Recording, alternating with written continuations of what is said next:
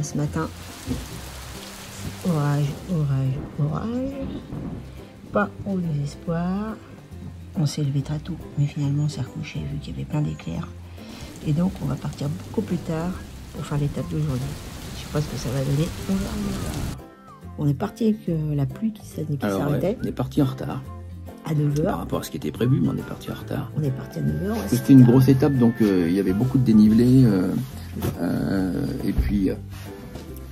Et puis donc voilà, il fallait partir de bonne heure, sauf que l'orage il a tapé à peu près au moment où on se réveillait, donc et puis voilà, au moment de partir à 7h, non, fallait pas partir. Il y avait encore des éclairs et de l'eau. Et en plus ça tombait de rue quoi. Donc on est parti à 9h. Donc on est parti à 9h de Spontour. Les cloches de l'église sonnaient là quand on est passé au pied de cette église. Voilà, donc on est parti. C'était tard, alors que c'était...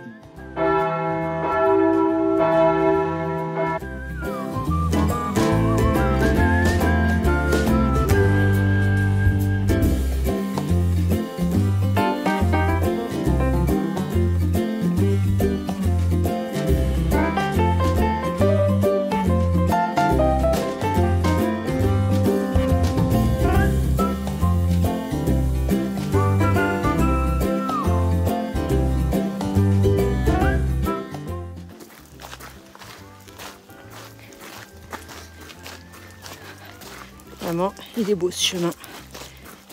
Et après le rush de ce matin, on a du ciel bleu, pourvu que ça dure.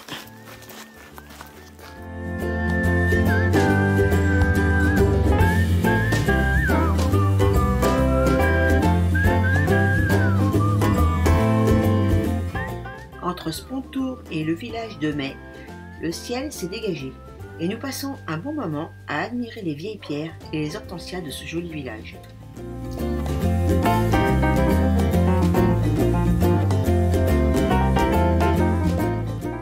Un point de vue d'un viaduc qui s'appelle le viaduc des Rochers Noirs. Le viaduc des Rochers.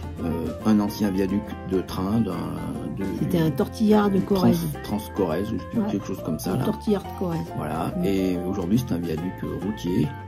Et voilà, donc effectivement, au-dessus de la Luzège, Luzège, la rivière. Parce que c'était Laval sur Luzège. Voilà, on franchit la Luzège. Et c'était pas encore bien levé le temps. Donc...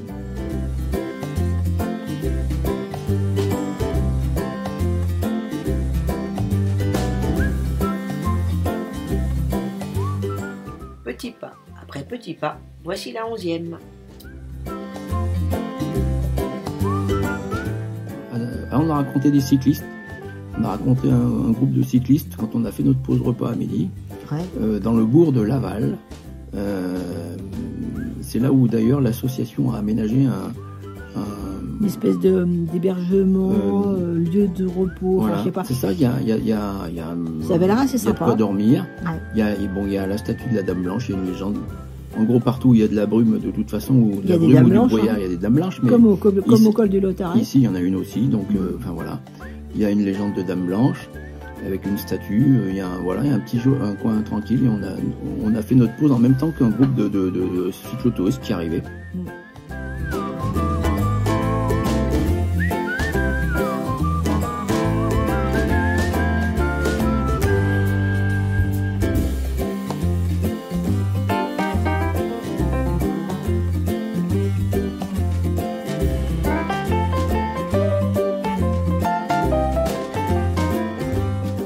Numéro 12.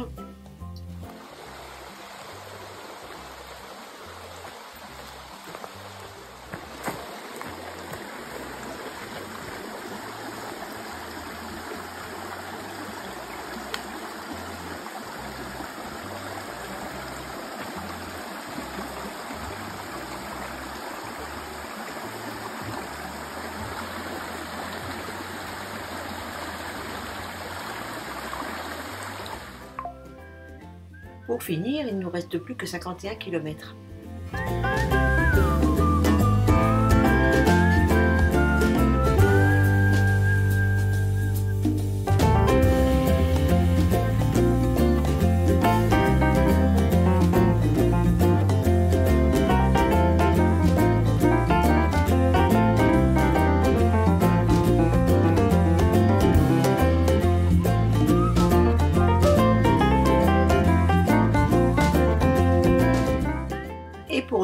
ce sera bison futé.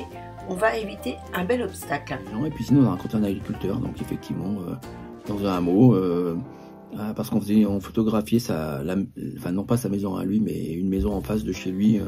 Qui est très bien. Donc là, on a discuté avec ces gens-là, ils nous ont donné de l'eau, tout ça, on a discuté pas mal, ils nous ont parlé justement des sentiers qu'on allait emprunter, enfin voilà, d'autres randonneurs qui étaient passés. Là, il y a un randonneur qui avait un peu trop bu, a priori. Qui n'arrivait plus à marcher. Enfin voilà, donc non.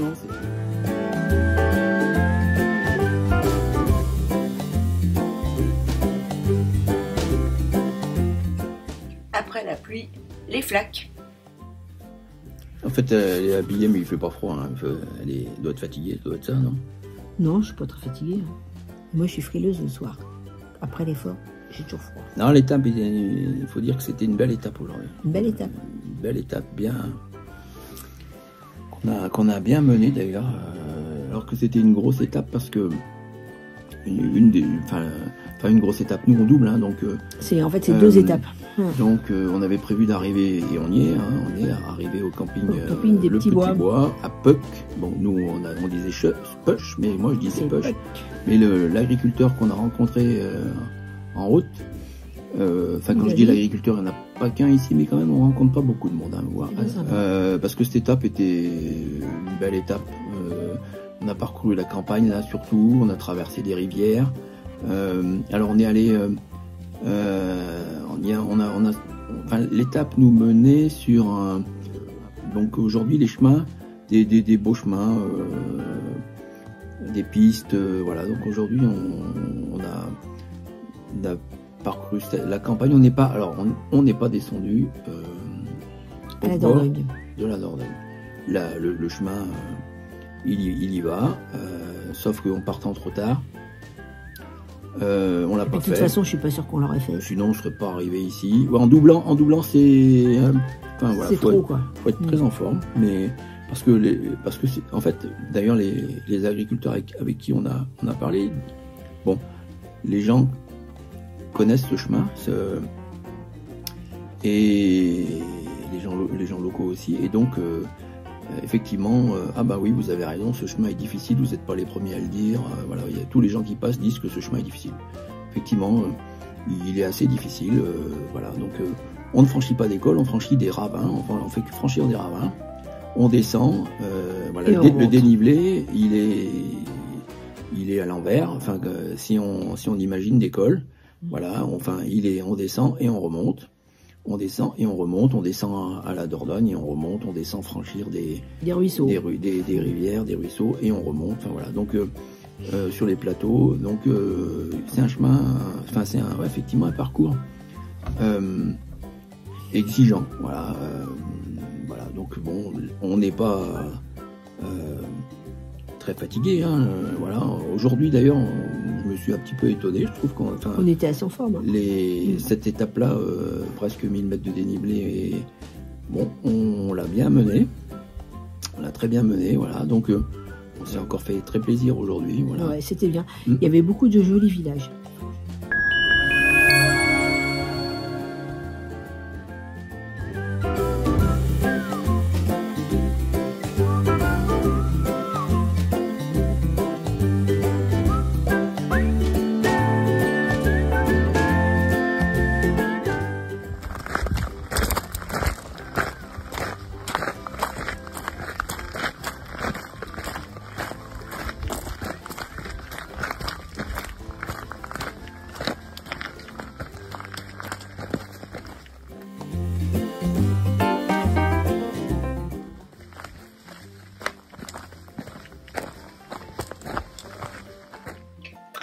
Borne de l'itinéraire.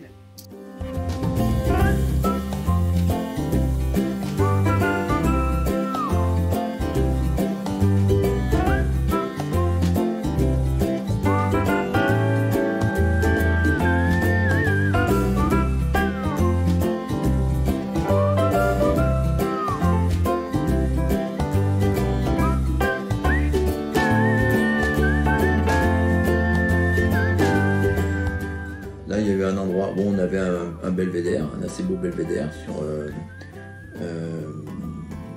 Busanet. C'est un aller-retour sur le chemin en fait. Ouais.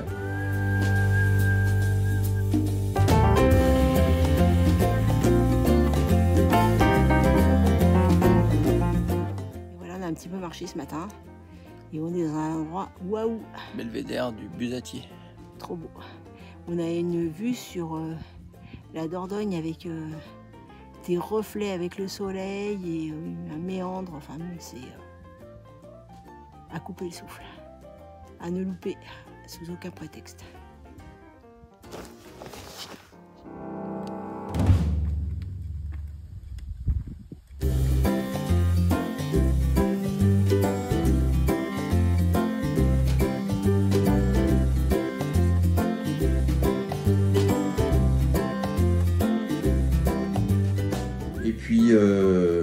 On est descendu au jardin de Bardot. Alors en fait c'est des terrasses qui sont assez bas dans proche de la Dordogne. Donc la descente, quand on suit notre parcours, la descente est cabreuse, enfin voilà, caillouteuse, etc. Voilà. Ouais, et puis bien pentue.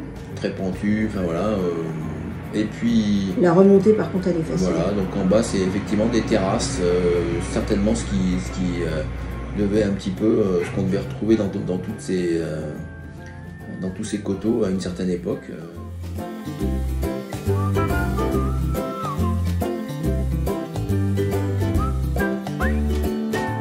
La descente au jardin de Bardot. On va aller voir ça. On est pour l'instant un peu surpris.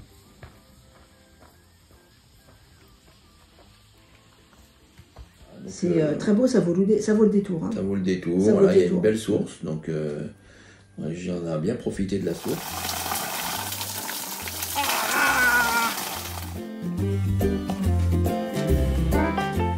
Et voilà, la numéro 14.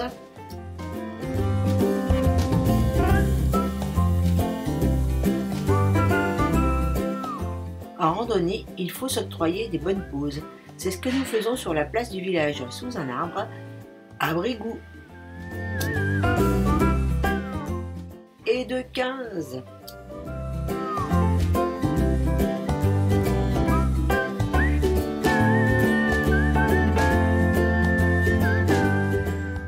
Avant d'arriver à Saint-Martin-de-Méanne, nous traversons les villages de Laval et de Grammont.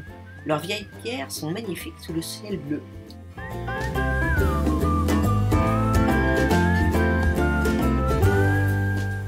Coucou.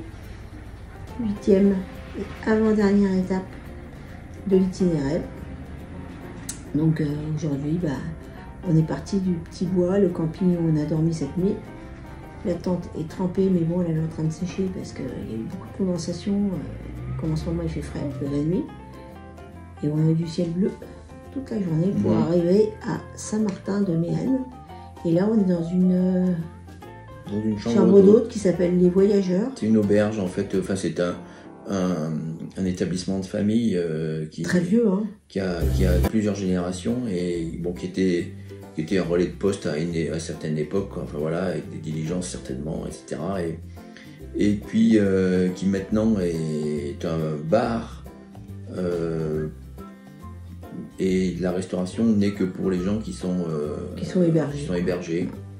Voilà, donc c'est de la chambre d'hôte en fait. Qui sont très bons. Bon, c'est pas la première fois qu'on rencontre ce genre d'établissement, en fait les petits établissements, donc il y a suffisamment peu de chambres d'hôtel, je vais dire ça comme ça, pour que ce soit plus un hôtel, et plutôt chambre d'hôte. Et voilà. C'est très joli, c'est très propre. Voilà, c'est un super établissement, effectivement. Ouais. La dame, elle est super sympa. Franchement, il y a un grand terrain, il y a un étang privé, là il y a un jacuzzi. C'est un très très bel endroit. Très sympa, au milieu du village, pas loin de l'église. Voilà, sinon l'étape d'aujourd'hui elle est très très belle. Elle est assez longue mais elle n'est pas très difficile. On a fait des passages dans des endroits assez beaux. Non, c'est toujours des grosses étapes en fait. C'est des grosses étapes, il y a toujours beaucoup de dénivelé. On descend, on remonte, on descend, on remonte. Là, et puis voilà, donc on a là des très beaux hameaux, toujours dans cette Corrèze Haute-Corrèze endormis en fait, hein, mais c'était dimanche aujourd'hui, donc quelques chiens qui aboient quand même quand on passe dans les hameaux. C'est dimanche. On rencontre pas beaucoup de monde quand même. On a rencontré des randonneurs ce matin.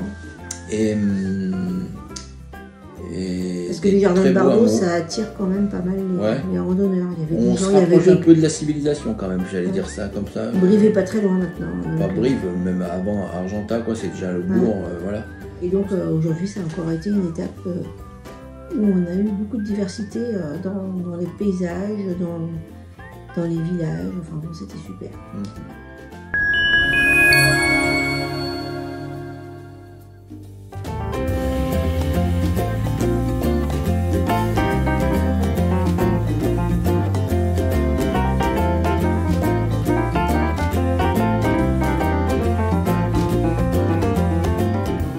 Aujourd'hui, dernière étape, avec encore du point de vue, encore des points de vue sur des belvédères encore. Belvédère.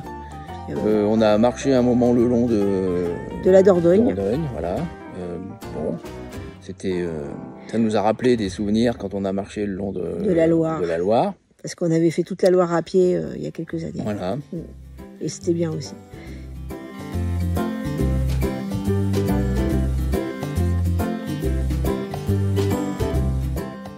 16e borne, ça sent la fin.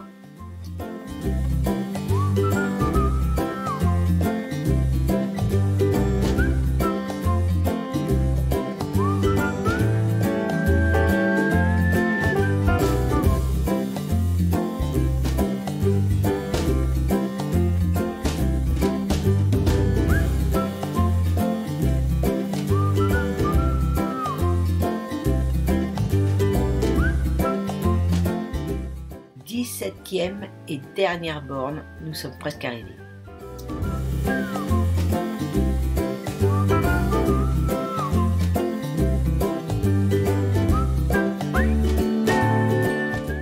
Même si la majeure partie de cette étape est en descente, nous avons une jolie montée, bien agréable dans l'ombre de la forêt.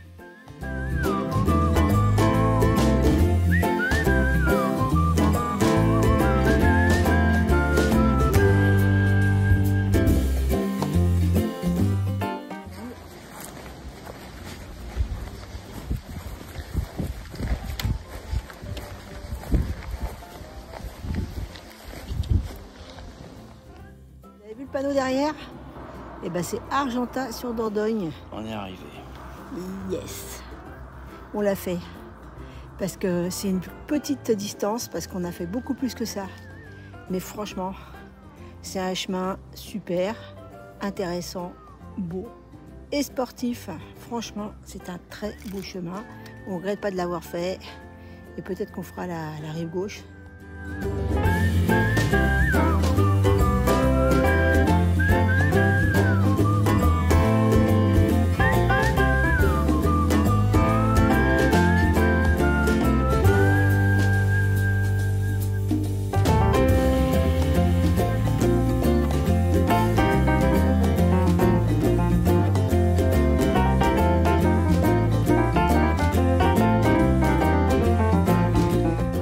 Voilà, fin du voyage. Terminé.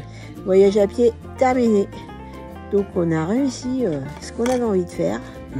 On est parti d'ici il y a 9 jours. Et en 9 jours, on a réussi à descendre jusqu'à Argentat sur Dordogne. Voilà, qu'on a atteint au milieu de l'après-midi là. On a attendu le taxi un moment. Un lundi Argentat, les commerces sont tout fermés. On a quand même réussi à trouver, tant bien que mal, un bar très, comment dire, black metal. Ouais, c'est là qu'on récupérait notre taxi qu'on a attendu un peu, mais bon, voilà, et qui nous ramenait ici, parce que voilà. Ah, la voiture, elle est là. Et donc, elle est en bon état, personne n'a vandalisé. Voilà, elle est en bon état, elle a démarré. Puis 9 jours, elle était là à nous attendre. Voilà. Et donc là, on va faire un petit bilan de la totalité de la randonnée. Alors, ce qu'on peut dire, c'est que franchement, si c'était à refaire, on le referait. C'est une randonnée qui a plein d'attraits. Elle est à la fois sportive, très sauvage parce qu'on n'a pas rencontré beaucoup de monde. On est souvent en forêt, mais aussi on a des très beaux points de vue sur la Dordogne et sur les plateaux qui sont au-dessus. Donc des vieilles pierres. Voilà, les villages sont très beaux. À profusion. Les hameaux, les villages. Très beaux. Voilà, les églises, les monuments. Voilà, et puis c'est très bien fléché, hein, c'est-à-dire que le balisage il est excellent. Voilà. Voilà, il est je veux dire, très généreux au départ. Faut dire que le chemin il est tellement difficile que vous les deux premières étapes, on vous l'avait déjà dit, voilà, jusqu'à Bord-les-Orques, il est généreux, il est standard après, et puis à un moment, peut-être qu'il un peu moins à la fin. À la fin, il y a des moments, il était un peu... On s'est jamais perdu. Hein, et voilà. Ils ont fait un énorme travail. C'est un super chemin. Ils ont fait beaucoup d'efforts pour nous surprendre, pour nous montrer des beaux paysages, des endroits magnifiques. Donc franchement, bravo à eux. Hein, on va leur faire de la pub. On va retourner au Salon de la Rando de toute façon l'année prochaine et on leur dira qu'on a été très contents de faire ce voyage. Et partout où on est passé, quand on a eu des hébergements et qu'on a rencontré des gens, ils ont tous été très accueillants et très sympas. Et puis franchement, pour bivouaquer en Corrèze, en Haute-Corrèze, c'est absolument pas compliqué parce que des terrains où on peut bivouaquer, il y en a à foison. Il n'y a personne qui passe, on est tranquille. Je pense qu'il n'y a pas trop de danger à bivouaquer en Haute-Corrèze. Un truc extraordinaire, enfin pour moi, c'est que en Haute-Corrèze, on entend les grillons. Quand on est dehors et que la nuit tombe, on entend des grillons. Moi, ça fait des années que j'ai pas entendu de grillons. Et quand on bivouaque, on entend les chouettes, mais alors pas forcément le hu comme ça, mais elles ont des tas de chants en fait. Et on a entendu des chouettes avec des chants extraordinaires, quoi. On a vu le renard, on a vu des oiseaux, enfin bon, c'était vraiment... Des oiseaux, des serpents, des... Ouais. Enfin, des serpents, on n'en a pas vu trop. Bah non, mais on a vu qu'un. Des renards non plus, on n'a pas vu trop, mais du coup, voilà, on a vu... La nature est riche, quoi. Voilà.